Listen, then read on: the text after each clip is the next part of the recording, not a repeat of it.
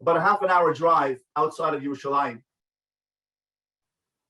there is a formation, a breathtaking cave, a giant underground cave filled with stalagmites and stalactites. These are caverns in a cave filled with mineral deposits.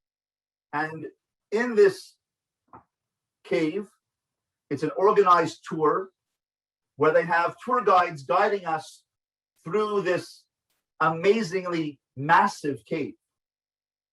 And there are stalactites dripping down from the ceiling of the top of this cave, and stalagmites of drips from the limestone coming down from the cave, building up toward the stalactites.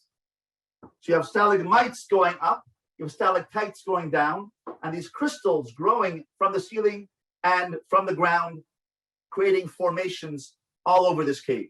There's an English-speaking guy named Lily who gives us a tour, gives people a tour of this beautiful underground wonderland. And these formations look like famous people. They look like famous individuals. And you could say, oh, she shines a flashlight upon this person. Oh, this is Abraham Lincoln.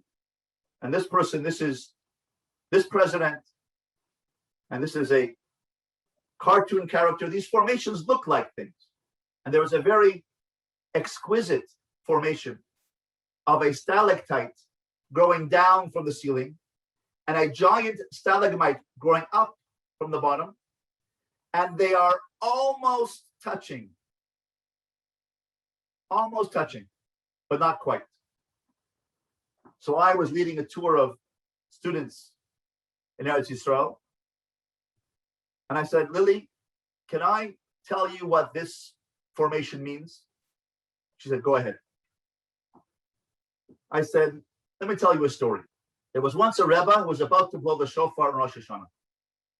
And as he brought the shofar to his lips, he leaned forward, and all the Kehillah leaned forward to listen to him, but he couldn't blow the shofar.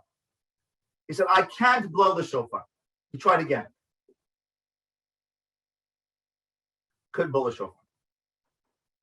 He tried again and could not blow the shofar. He said, I cannot blow the shofar until Shia comes forward. So Shia was a young chassid. He came forward. The Shia came forward, young 22-year-old man, 6'4". The Shia tell us, before I blow shofar, you have to tell us how you speak to your wife Chana.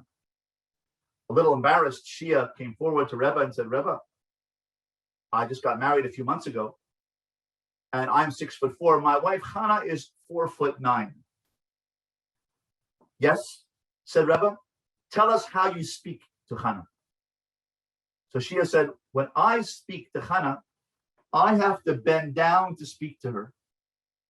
And Rebbe said, and what does Chana do when you bend down to speak to her? Shia said, when I bend down to speak to her, Chana stands on her tiptoes to try to speak to me. Rebbe said, oh, now I can blow the shofar. People say, Rebbe, I don't understand.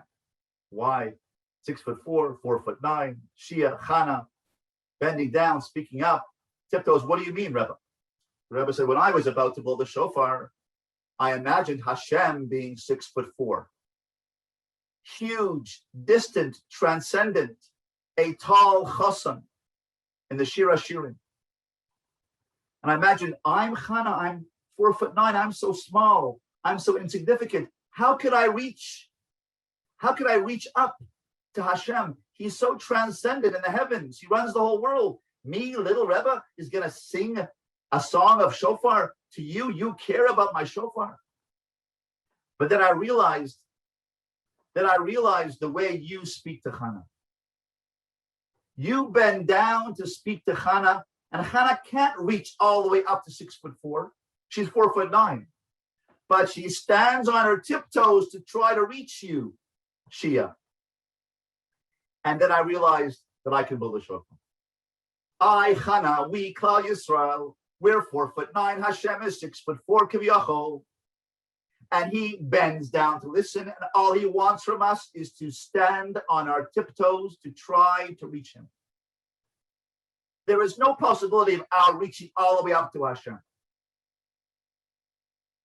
But he wants us to stand on our tiptoes, to strive, to yearn, to want, to desire, to wrestle, to strive to reach him. That's the meaning, I said, of this empty space between the stalagmite and the stalactite.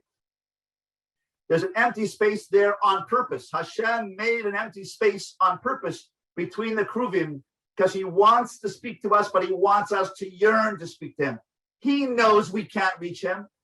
He knows that we cannot ultimately be like God, but we can strive to be chanun, berachum, erech hapayim, patient, rav chesed with giving, emistic, honest, notzer chesed, creative, emistic, nosei avam vafesha, forgiving, benakeh. We can strive to be like him.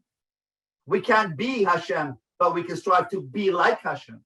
As the Gemara says, Mahu rachum, af ata heyarachum. As he is merciful, you too act mercifully.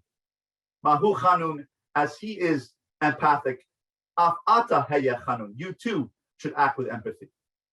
The way to reach Hashem, the way to reach that empty space is to strive to be like God, to act like God, to put into practice, to act in a practical way in our relationships with our husband and our wife and our children and our neighbors and our friends and our kehillah and those who need our help with chesed, with the same attributes that Hashem told us who he is.